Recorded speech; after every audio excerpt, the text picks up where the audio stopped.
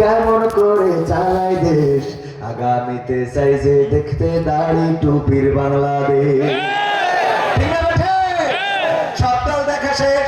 এখন কুয়াকাটা হুজুর হাফিজুর রহমান সিদ্দিকী হুজুরা বলতেছে এখন আমরা সবাই এক কাতারে আসো, খেলা হবে। কে বলেছেন? হাফিজুর রহমান সিদ্দিকী হুজুরা বলেছেন আমরা সবাই এক কাতারে। যারা একসময় বলেছিল শয়তানের সাথে জোট হইতে পারে কিন্তু তাদের সাথে না, তারা বুঝে ফেলেছে দাড়ি টুপি এক হওয়া ছাড়া রাস্তা নাই।